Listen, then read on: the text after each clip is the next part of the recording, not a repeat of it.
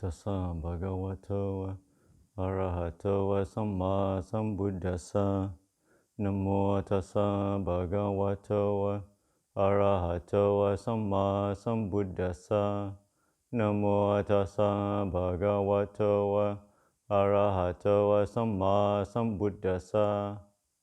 Buddhang dhammang sanghang namasami.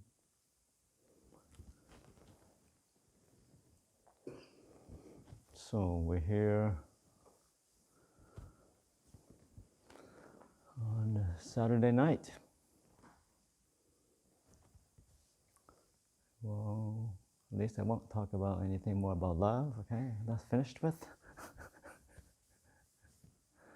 Now I can go back to more traditional.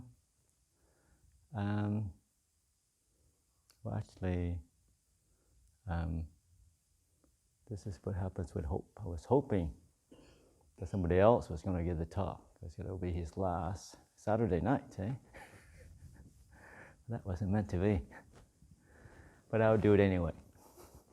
Actually, I met Ajahn Sudhummo many years ago at Wapananachat. We actually started out together. Even though he went out to ordain with Ajahn Tan, we started out.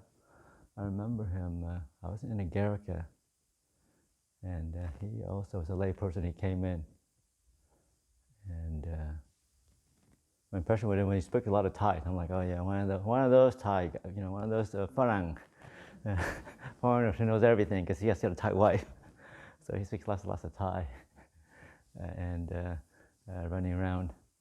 And I remember, oh okay, that's interesting, and we didn't overlap very much, because like I said, I started with Ajahn Jai Sorrow. Maybe I was a year, yeah, must be. So I must be a novice by then. Remember Haro, and then he stayed for a couple of weeks, and then he became Anagarika right away, because obviously he lived in Thailand, so he knew the Thai tradition, and ordained and became an Anagarika pretty quickly, within a couple of weeks.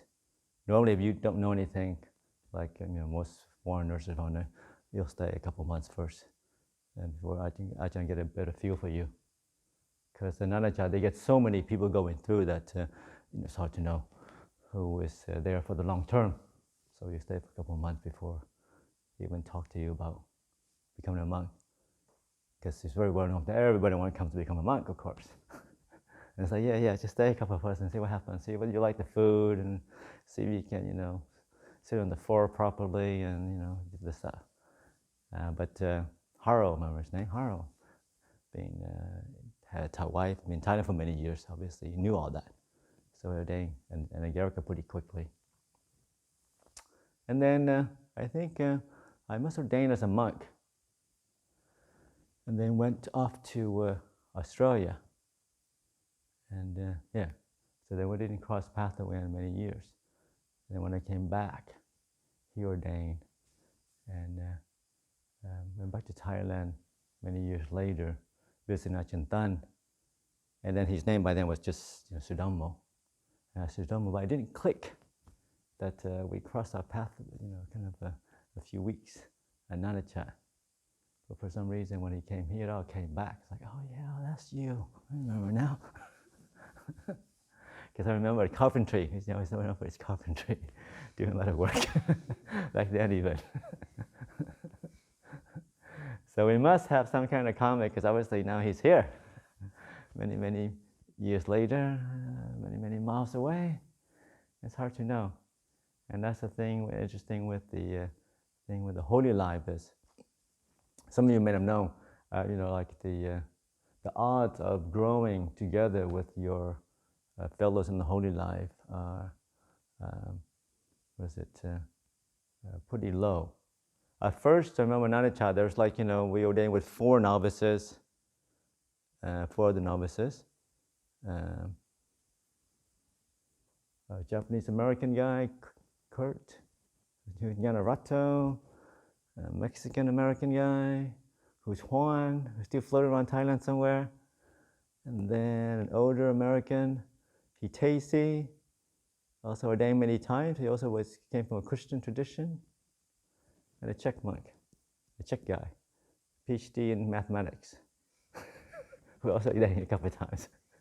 And I remember on his ordination, Ajahn Chai, so I was like, this is your third time? Are we doing this for a long time? Yes, Ajahn, yes, Ajahn. And within a year, maybe 2, it's all gone. He went back to his wife because he's got a little child, he's an older guy. One just changed his mind. And Yanarato was a Kurt, Japanese American. He's only 23 years old. He got sent there by his mom because he's got, he's precocious. He's got a girlfriend and a kid all about the age of 20 and didn't have a job. So mom had to look out, okay, you're messing around long enough. You either go a year in Thailand, where I think his brother worked, or a year in India. He's like, oh, no, thanks, Mom. I think I'll go to Thailand. So he did that for a year, and then his year's over. Mom's going to take him back and look after him and his kid. So he's happy with that. Yeah. So it's just me after. I was like, oh, where's all my friends gone? Well, maybe they're doing, maybe they're doing the right thing. And they'll write me letters saying, oh yeah, it's really nice here, going back to the LA, doing other things. And so that's when sometimes you get some doubt going, I wasn't planning to do this for long term anyway, so I'm like, yeah, maybe I should follow them. But then got caught up in Australia, moving there to Australia, so that kind of gave me some more stability for a few more years. And I would come visit Nanachat, ever so often. And at first you're way at the bottom of the line, lots of little junior monks. But then over the years, just people disappear, closer. First it's like me down here, I'm like, must be. When I first came, obviously, in Bodhinyana, I was just one reins. Probably there was a few novices, so I must be number 3 or 4 at the bottom. And Ajahn Brahmali, who was 4 reins, just 4 reins more than myself, was way at the top. But then each year we get a bit closer. But that time we left, I'm sitting right next to him. So I worked in the holy life sometimes. And that's why I said, it's like, if you want a place, you want a job where your promotion's guaranteed, become a monk.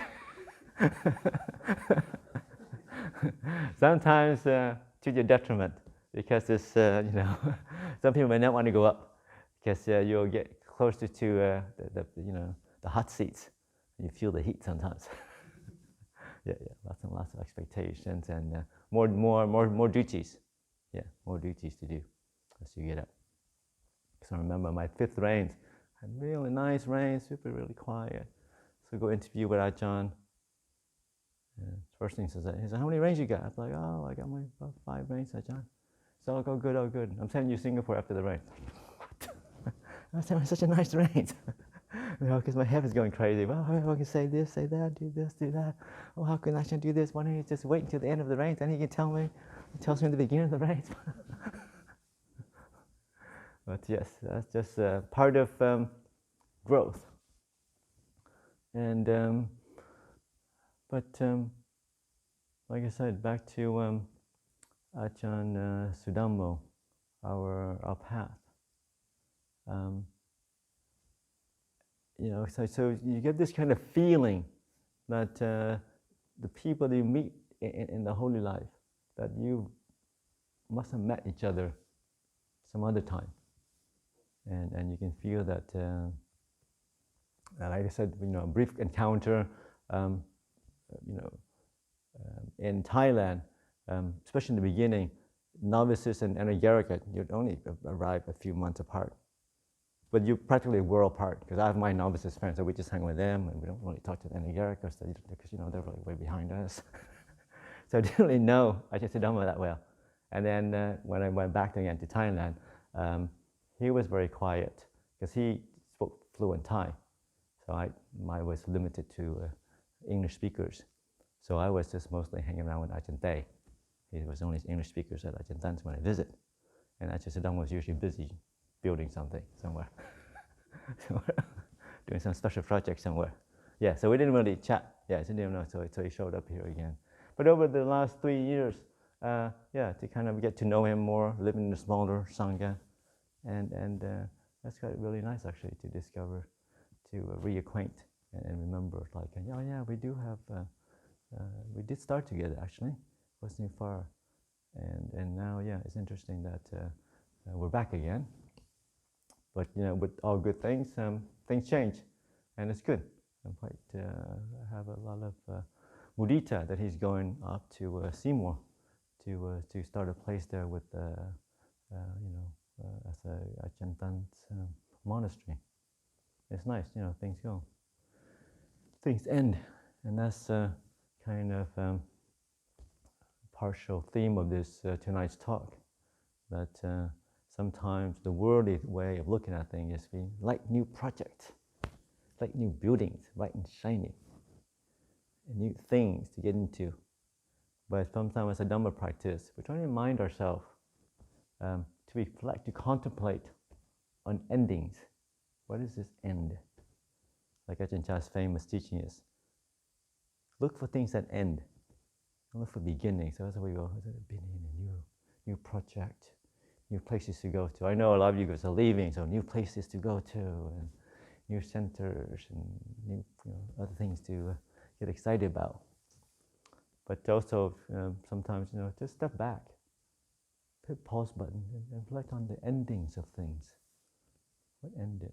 Rain starts, rain ends, and that just feels like that.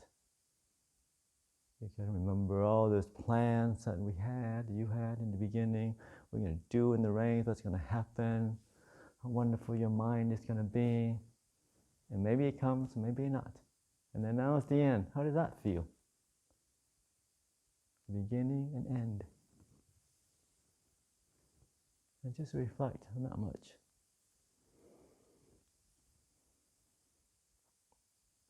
Because in the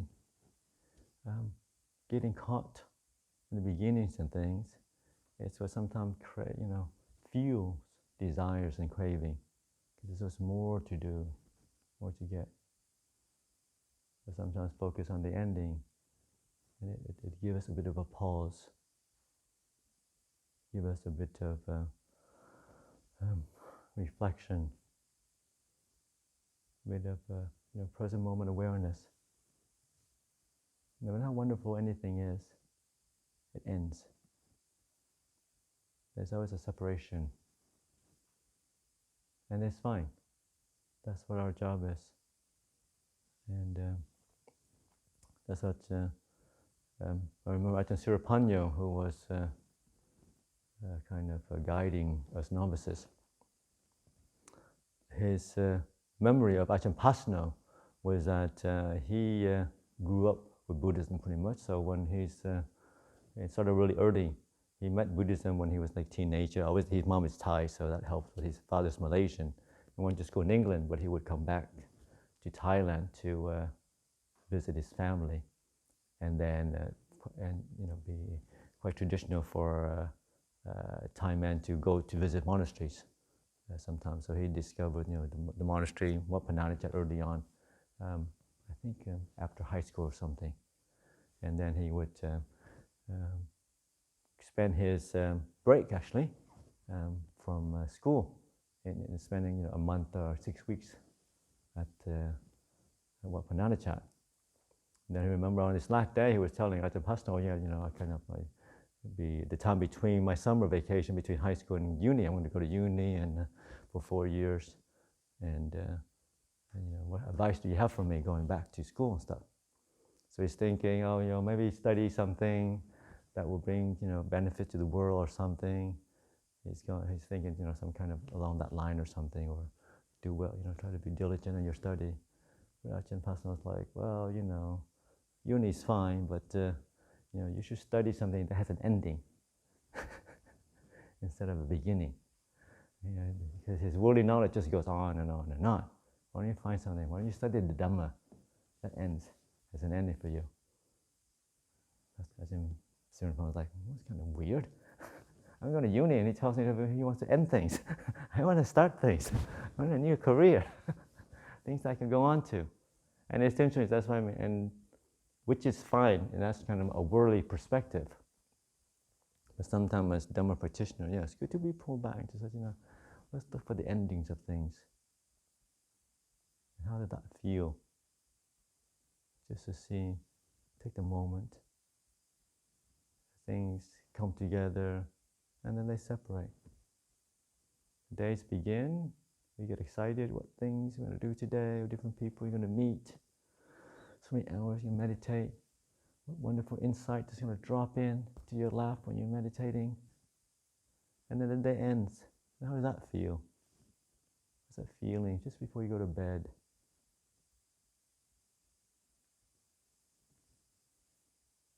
And just quickly reflect on the days that you spend, the hours. Where's the mind, and tending towards cultivating wholesome states? Where's your present? Where's the mind lost in things? Just a quick review sometimes of the day. And that helps us to kind of crystallize why we're here. Cultivate, where is our mindfulness? Are we always inclining towards wholesome states? Or sometimes we get lost in moods and memories, longings, or just fantasies in our own world? Are we present? Yeah, so it helps us just to always bring it back to the present moment. We conflict endings, I think. Just to slow down a little, just to be with the body.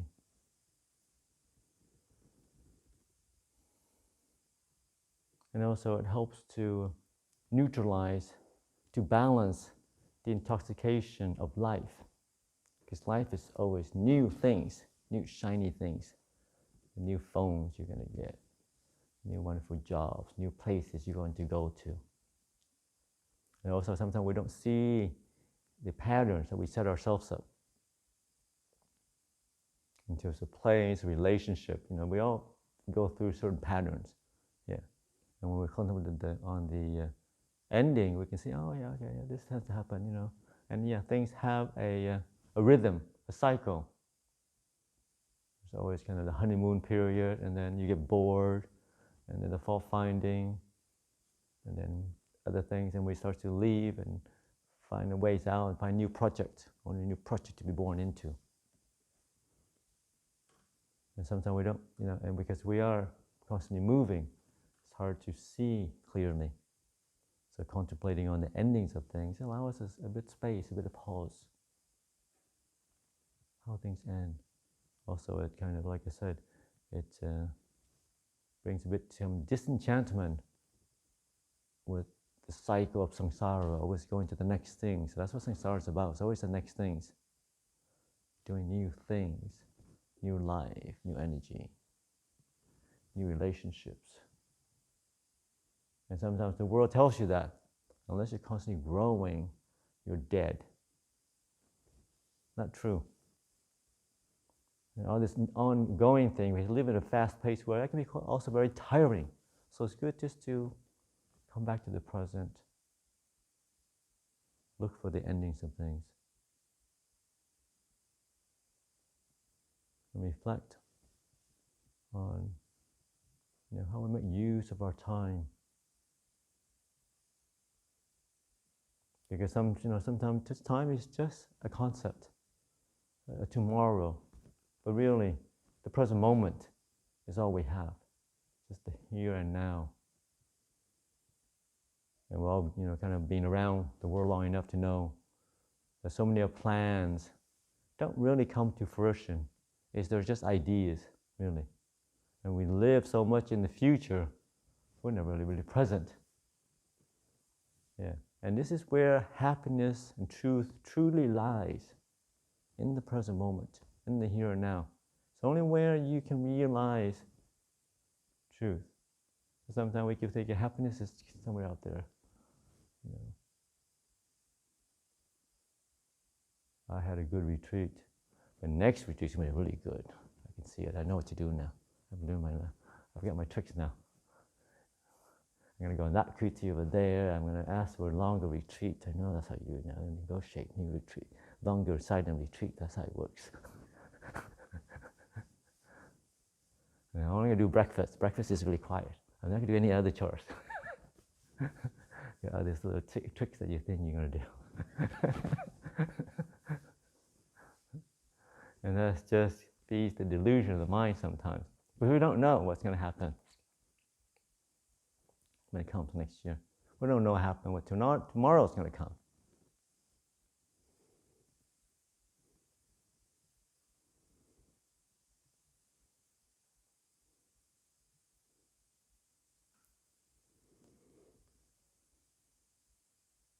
But it's good, just like I said, to from time to time, just to step back, to slow down, and just to reflect. Okay, things begin, things end. I keep reminding ourselves, okay, how am I looking at the ending?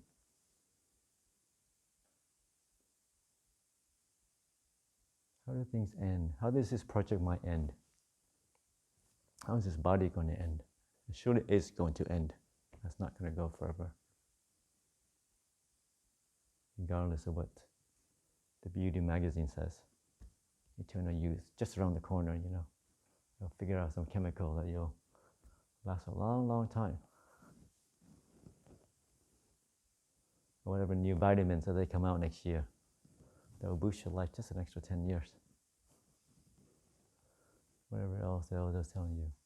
Yeah, they might or not be true, but this, like Lumpur Lim said, this stuff, skin and bones, they're not meant to last more than 80, 90, 100 years, really.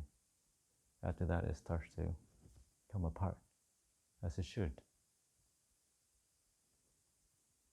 But we can also grow with it, learn to work with it, make the best use of this body and mind that we have right now.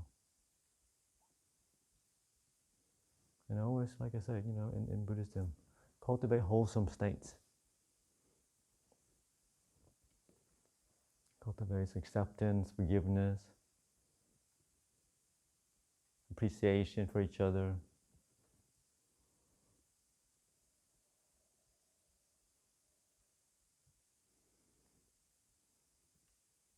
And sometimes, yeah, just reflect on, yeah, the rains ended. What the things that we learn, what new things we learn about ourselves and others.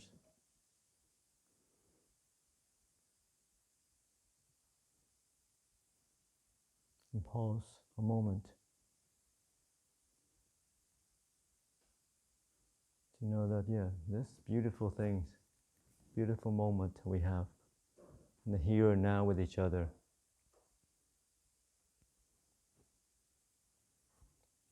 Is just a flash in a moment.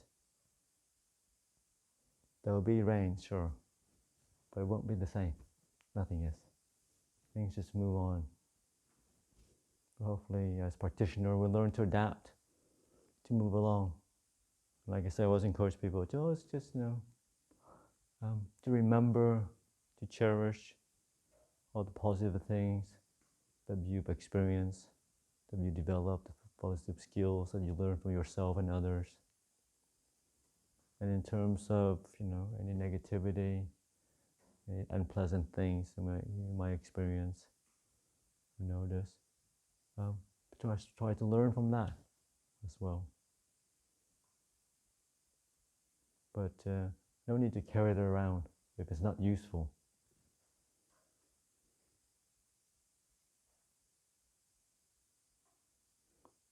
Remember in the monastery, remember all the peace that you cultivated. It may not be jhanic, but it is peaceful nevertheless. Remember the beauty of the bush, the bird calls in the morning, the flowers walking around. Beautiful breakfast that some of you had. Lovely coffees from Ari. Different things that we cultivate.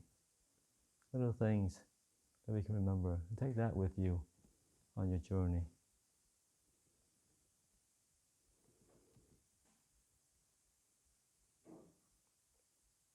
any of the frustrations, disappointments, those are all learning curve. And that's what I love about the first tradition. I mean, it's kind of corny, but we say, yeah, it's a path of 1,000 frustrations.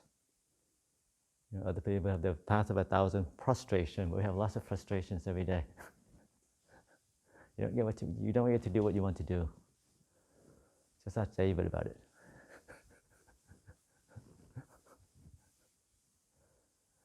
But it is, I find, back to my beginning with the monastery, a path of incredible, it's very interesting. Like I said, my travels around the world, doing different things, doesn't come anywhere near the fact that, I've been in the monastery, been in a quiet place for many, many years. So much more about yourself and the world being in a quiet place.